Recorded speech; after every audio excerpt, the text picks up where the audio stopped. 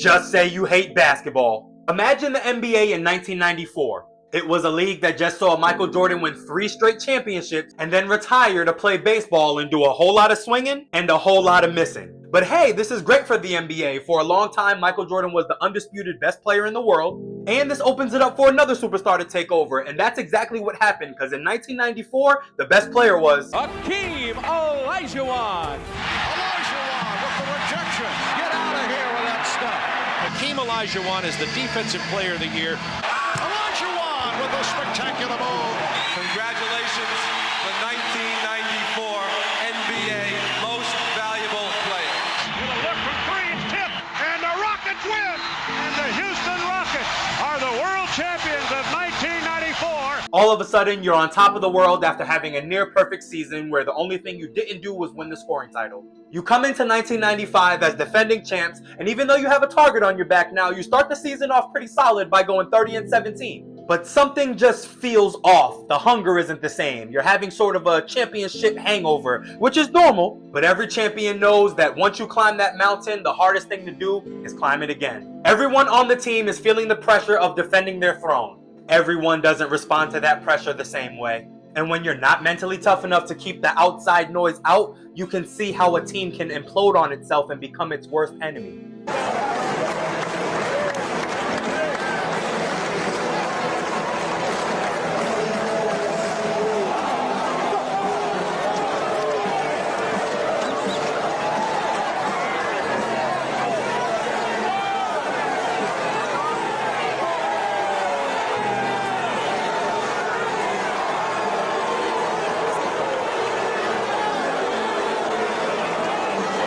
First of all, how fast would you be behind bars if this happened today? But back then, he just walked back to the bench. And of course, he got fined $20,000, which was the most at the time, but he only got suspended 10 games. But during that suspension, just 8 days after this incident, Clyde Drexler gets traded to the Rockets for Otis Thorpe. Obviously, Max didn't like this, but I mean, who would? You're a defending champion because you play on the deepest team in the league, and then they bring in a Hall of Famer, which is going to reduce your role even more, and you find out while you're suspended, which Max himself said didn't feel too good. I guess I quit one time. I quit with the Rockets when the motherfuckers treated me the way they did when they brought Drexler on. I knew they had brought Clyde, but nobody didn't call me and tell me. They ain't called me and they ain't say nothing about they was bringing Clyde. This shit was just a slap in the face. So Clyde leaves a team that isn't contending anymore and comes to a team that is the defending champs and have a 30-17 record.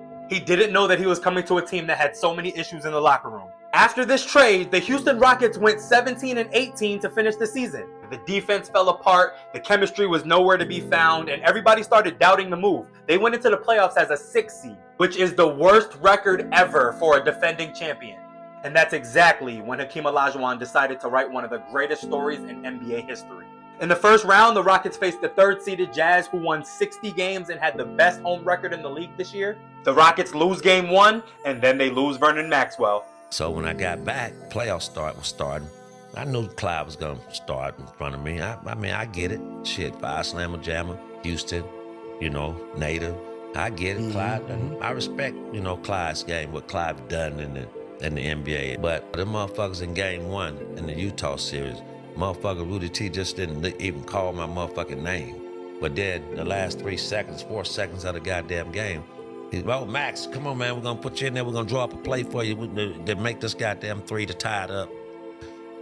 I messed him up. I went in the locker room. I was like a fucking bomb went off in that motherfucker. I went crazy. I walked back to the hotel, man, and just mad as fuck. Like, man, I'm gonna get the fuck out of here. I'm gonna get the fuck out of this. I can't do this shit. And that was the departure they didn't know they needed, because the Rockets eliminated them in their house and it only took 5 games. Hakeem averaged 35, 8, and 4 on 56% shooting with 2.5 blocks. Easy work. Round 2, the Rockets are playing Charles Barkley, Kevin Johnson, and the Phoenix Suns, who just won 59 games and a playoff series. This series took 7 games, but the 6th-seeded Houston Rockets closed it out on the road. The Dream averaged 29, 9, and 4 on 51% shooting and 1.5 blocks. And then there was the Western Conference Finals. MVP versus MVP. Defensive Player of the Year versus Defensive Player of the Year. The Spurs had the best record in the league at 62-20, and they have home court advantage against the defending champs for their chance to go to the finals.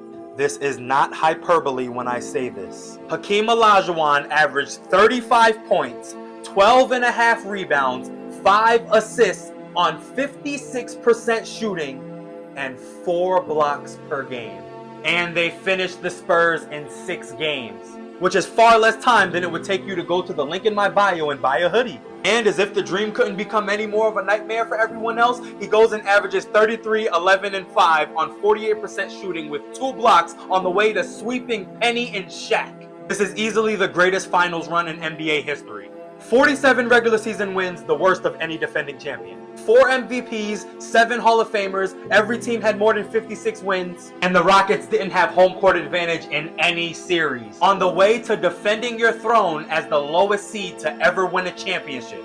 Went from nearly perfect to nearly impossible. So how do you celebrate? By accepting another challenge like a real champion, of course. Because when your finals opponent is so demoralized that he writes you a letter challenging you to a one-on-one, you accept.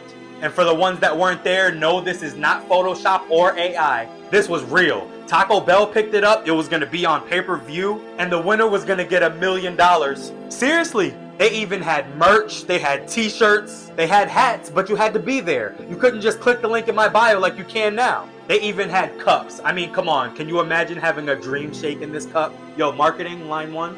It was even in the paper. I mean, they were really promoting this like it was a prize fight. September 30th, 1995, Shaq vs. Hakeem was supposed to be one for the ages. And I know Shaq is thanking his lucky stars every day that Hakeem literally backed out with a back injury. Because I think it would have been more of the same. But man, what a time to be alive. What a time to swing for the fences. What a time to go home. What a time to be a champion. What a time to live the dream. And if you can't respect that,